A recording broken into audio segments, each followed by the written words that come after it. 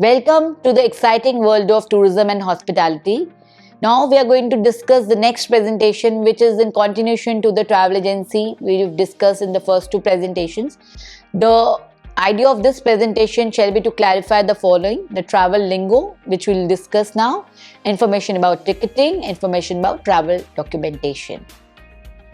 So let us now understand the technical jargon or the travel jargon which is used, or travel lingo which is used, the terms, the language or the abbreviations which are used in the travel trade. So certain terms and abbreviations are used in the travel agency business along with the phonetic alphabet. Travel agency staff spends a lot of time on the telephone.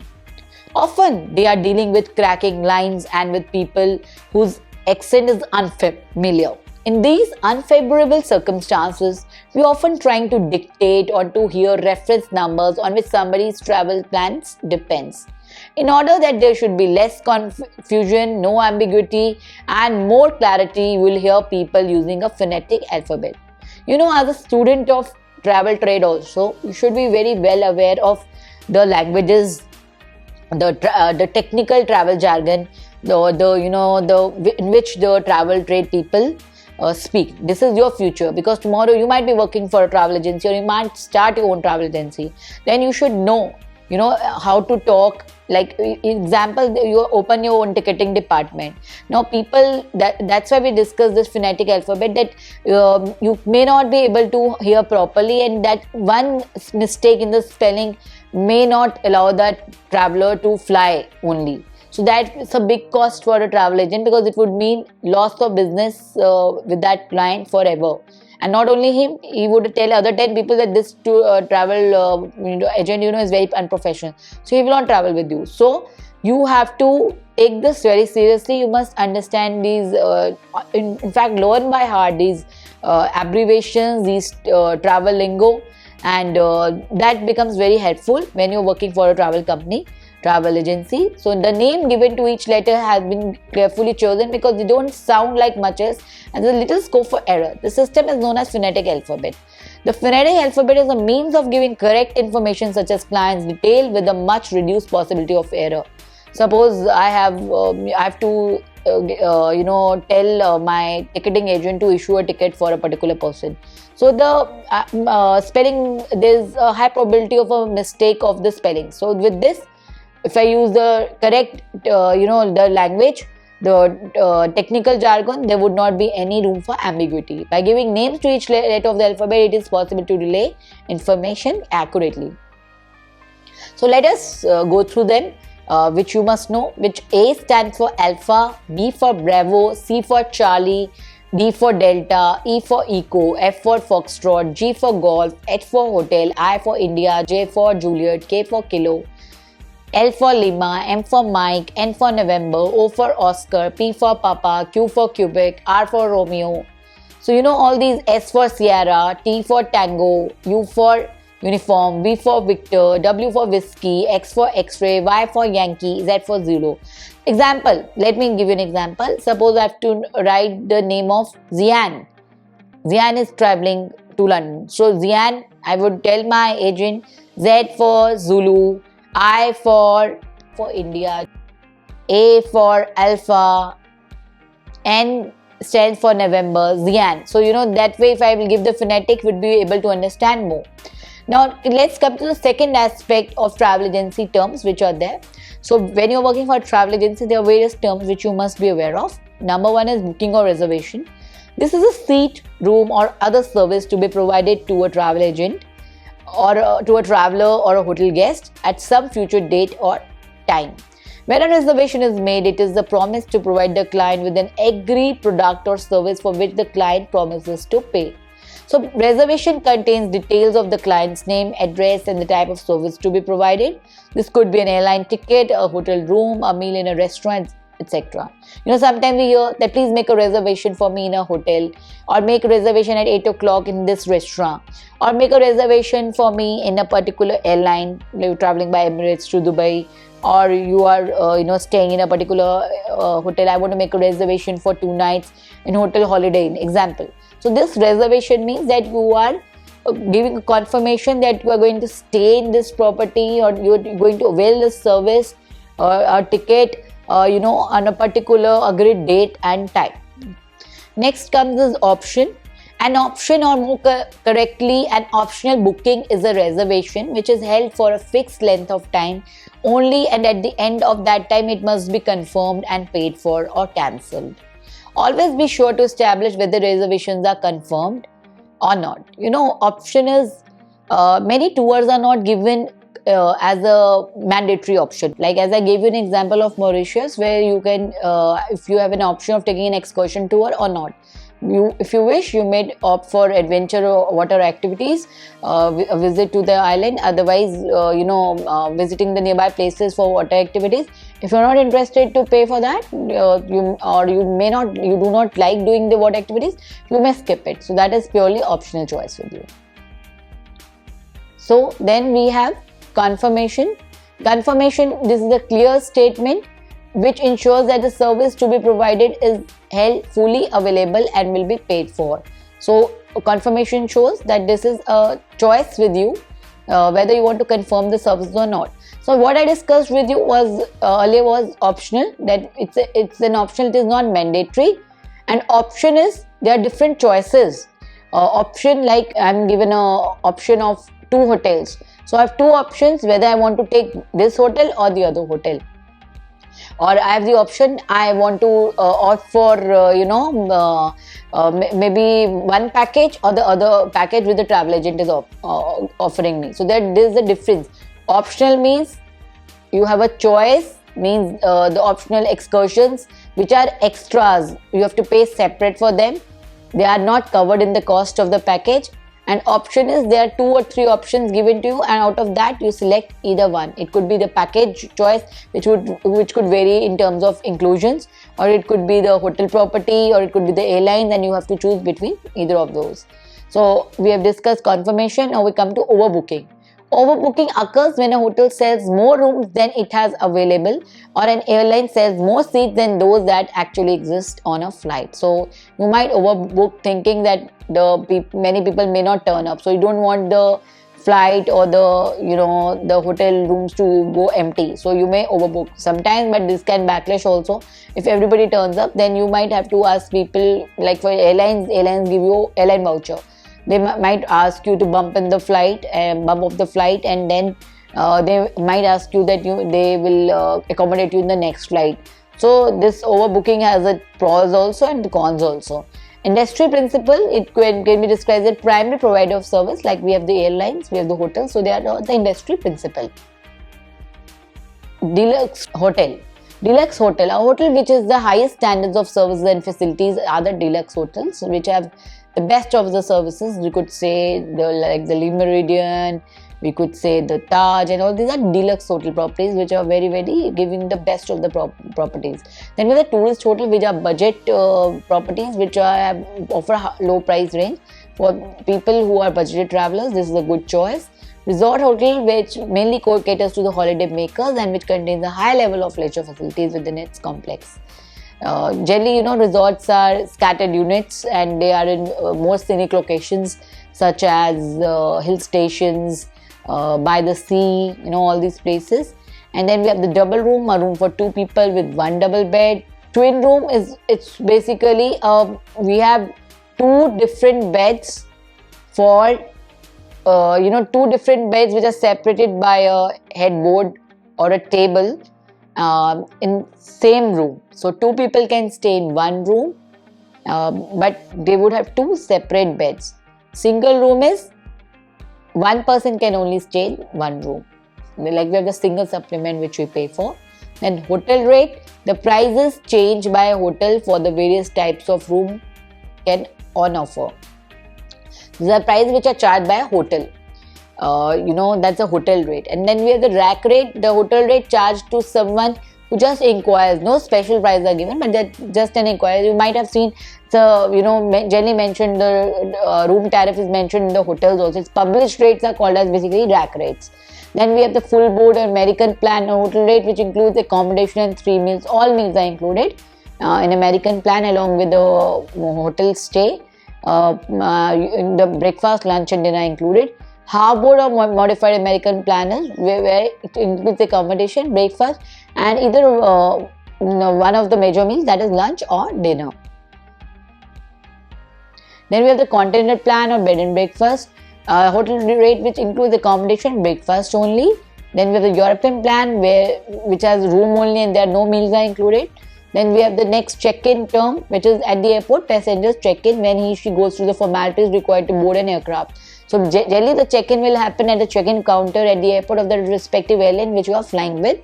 And check-in is not only in respect of the airlines, check-in could also be in respect of the hotels. When the hotel guest check-in, when he registers with the hotel reception, this involves completing a registration card on which gives details about the guest.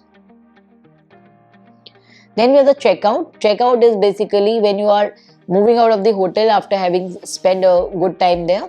These are the formalities which a hotel guest undertakes before departure. This is usually latest time by which checkout should be completed on departure day. Generally, like hotels in India, they have the 12 o'clock is afternoon is the checkout time. By that time, they must check out of the hotel. After this time, another night rates becomes payable. So that you might request for 2 hours or 1 hour more after the checkout time. But generally, if you want to stay for more time, then you have to pay for the extra night.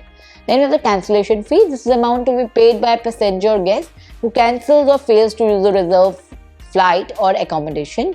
Cancellation fees are usually only payable when either last minute notice or no notice is given. So generally cancellation fee when you like when you do not it's a no show, you do not turn up, so you have to pay for the by the passenger. You have to pay for the amount whether you avail the service or not. Commission, that is the amount which is paid by a travel agent to a travel agent by airlines and other suppliers of services for the sale of air transportation or any other service like the cruises and all, cruise liners and all. Then we have the destination, the place to which a person is traveling to. Origin, the place from which the person is traveling. Fare, the amount to be paid for transportation, that is fare. Now we come to the next term, that is the high peak season. This is the time of the year when rates are the highest. It is normally the time of year when tourist numbers are high, when the footfall of tourists is high. Low season is, of course, the opposite, and shoulder season falls between the two. Let me give you an example of India. For us, the high season is, or the peak season is, between October to March. This is the time when we have the maximum tourists due to the congenial environment in the country, as well as we also have the lot of fairs and festivals which happen during this time, which is a good time for the tourists to visit. So we have the most inbound season for tourists is at this time. Likewise, if I take an example of Europe, the best time to visit for them the peak season for inbound tourists is between it starts from April and it goes on till August. So that is their time, that is their peak season. So every country may have their different peak seasons depending upon their climatic condition. And and to bring more tourists during the off-peak season or the low season, the many destinations they give, or many travel agents give discounts, packages. Hotels also give packages just to promote tourism within that destination. So like for example, we take example of Goa. The peak season to visit Goa is during this time, the December, the Christmas time and the New Year time. So many people celebrate the Christmas and New Year in Goa during December. So that is the peak time of visiting Goa, the peak time for Goa. All hotels, all restaurants are full already. So you must have advanced bookings if you want to travel there. Now next comes is inclusive tour. This is a complete package which includes transfers, transport and accommodation. Other services may also be included from time to time. So basically inclusive tour means if I am buying inclusive tour means I don't have to worry about anything. All my meals are taken care of, my visa charges, my stay, my flight tickets, my railway tickets, if I'm traveling by train in between, my internal transfers, my sightseeing tours, my entry fee, everything is taken care in the inclusive tour, everything. So I don't have to pay even a single penny. Even the tips also are included in the inclusive tour. Then all-inclusive arrangements. It is important to be aware that there is a new style of holiday where the client pays a fixed price for the usual inclusive arrangements, but for such things as unlimited drinks and snacks and use of sport equipments or other services. These arrangements lead to almost cashless holidays and are only available at selected resort hotels. They must not be confused with inclusive tours. And there are many abbreviations also. There are so many, but we just discuss like COM rate, which means commission rate. PTA stands for prepaid ticket advice. They're all abbreviations which are used in travel trade. REQ means request. Then RFD means refund. RR means reconfirmed. SGLB means single room with bath. SGLN single room without bath. So these are some of the abbreviations like SGLS with shower, SKD schedule, SS sold, ticket, total. So basically the people of the travel trade use short forms, abbreviations in day-to-day correspondence through email. So for that they use these abbreviations. So you must be, as a tourism student, even if you're opting for this as a career, you must also be aware of these abbreviations. So operations management. A well-established travel agency would have various departments such as ticketing, which includes both the international and domestic tours, includes outbound and domestic, facilitation and allied services, conferences, etc. Each of these departments functions as a separate unit, though it draws support from the others. A good manager must know how to run each of these units.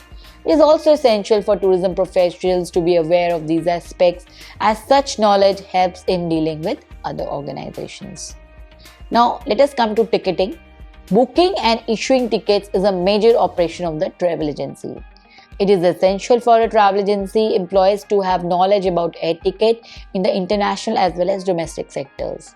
Besides ticketing, this knowledge covers a variety of other aspects like reservation systems, fares and the class of travel, regulations related to baggage, forbidden items, special passengers, passports, visas and health, use of travel directories and hotel index, etc.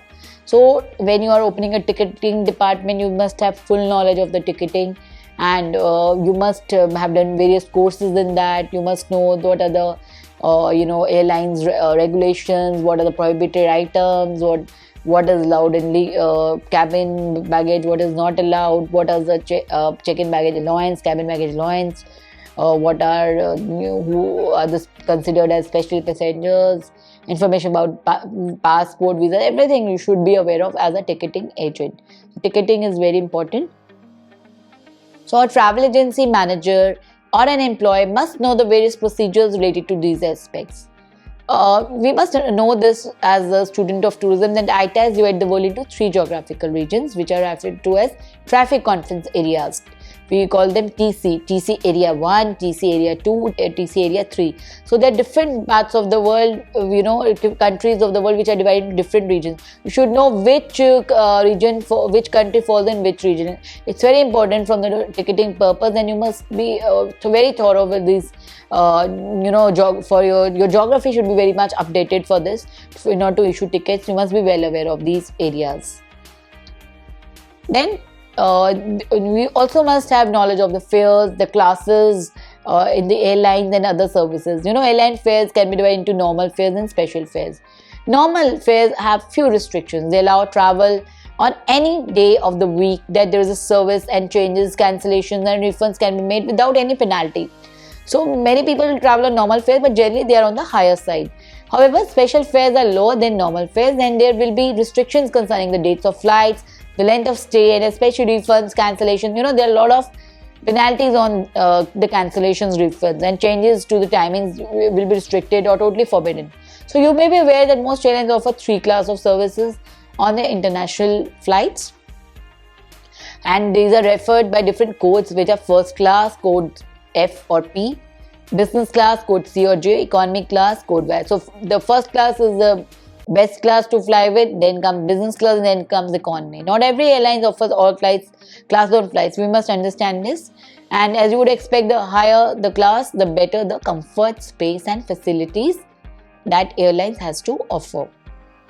With every class, the facilities would become better. Of course, none of this is free. The passengers in the higher classes have paid much higher fares, so that they expect much better facilities. When you sell example at a more expensive rate, so you will need to explain in detail to the client what extra he or she is getting for money. Note that many airlines give their higher class of service or brand names also. Like British Airways has Club World, Cathay Pacific has Marco Polo class. So they have branded their basically first class and business class to create a difference from the economy class. And obviously, when the customer is staying in the business class, business class has more comfortable seats and more space, more leg space. And you get butler services also, and you get Wi-Fi free services, and many other services may be provided, such as free airport transfer for those who travel by business class. So this may vary from airlines to airlines. So for this is what they are charging for, the comfort and the services that they are offering to the client. The other major difference between the classes is the amount of baggage a client is allowed to carry with him or her within the fare. So you need to learn that these allowances and be sure to advise passengers accordingly. First class passengers generally allowed 40 kg of checked baggage, and business class they are allowed 30 kg of checked baggage. Economy class is allowed 20 kg of checked baggage. On certain routes, the baggage allowance is more generous and is on a piece system also. We must understand this will also vary from airline to airline. This is just a standard practice. However, this may vary from airline to airline. Sometimes some airlines may give more. Instead of 20, they may give 25. Like Air India is quite generous in giving checked in baggage allowance. But beyond that, but this is not the case with all the international airlines. So on certain routes, the baggage allowance is more generous. And piece system is followed. So many countries, like especially South America, the piece system is followed. So you must know how many pieces are allowed. Allowance are then 1 piece for Y class, 2 piece for J class, 3 piece for F class. Actually, this depends upon the kind of class you are traveling in.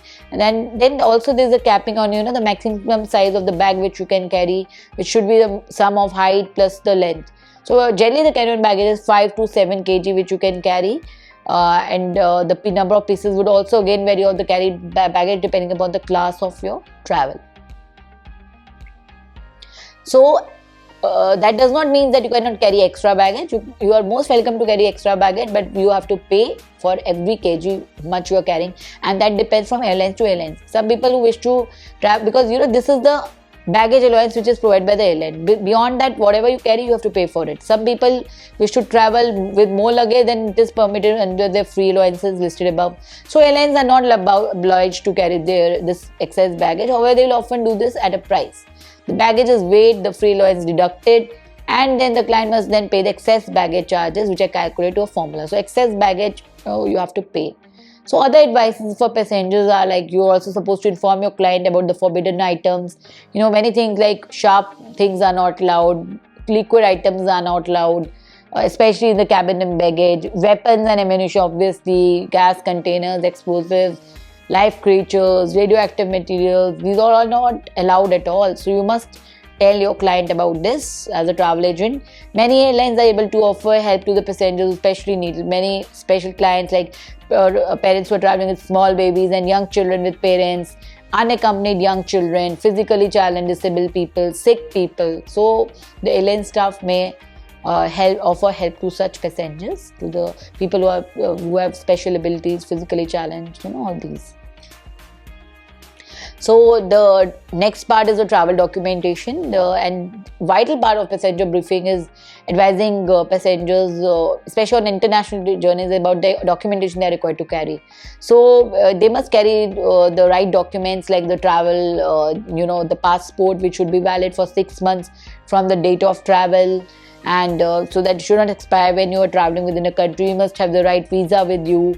So all these advices are any permits which are required. So all these advices of documentation are offered by the travel agencies.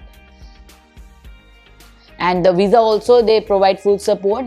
Some travel agencies also help you get your visa done. So on the visa, the passport is not the criteria for traveling to country. That's the first criteria. Second is you must get a visa.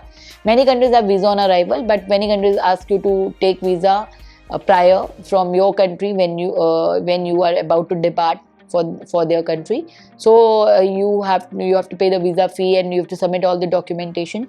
So many nations impose the need to apply for visas, and in some cases it takes time. The visa processing takes time from 10 to 15 days also.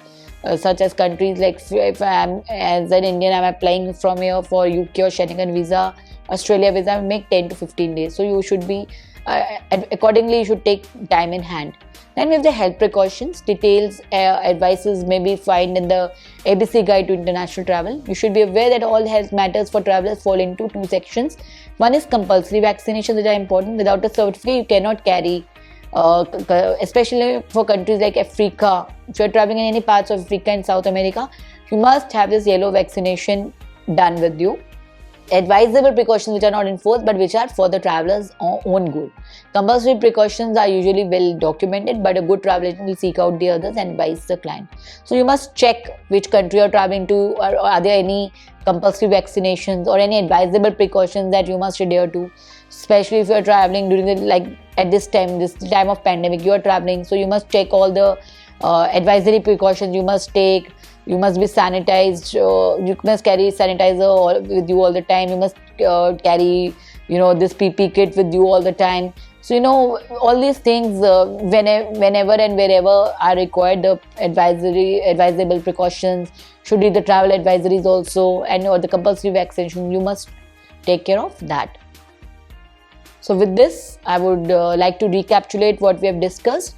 We started with the travel agency, that when you're working for a travel company, you must know what is the travel lingo, the jargon in which the people speak, and you must be aware of the phonetic alphabets, like A for Alpha, B for Bravo, C for Charlie. Then there are different technical terms which are used in travel trade, like SDL, single room, double room, twin room, or confirmation, or reservation. So all these things you must know what is their meaning, and then you must know the various abbreviations, the short forms which are used in the trade. Then we have this complete aspect of ticketing. And as a ticketing agent, you must know that the world is divided into different TC areas, TC1, TC2, TC3 by IATA. So you must have sound knowledge of that, and you must be aware of the various fares and the various classes on which people can travel by a flight, or various baggage allowances. And you must suggest your clients the various health regulations, the visas, or the necessary documentation which they must have before they travel to any place. Thank you very much, and wishing you a successful learning once again. Thank you.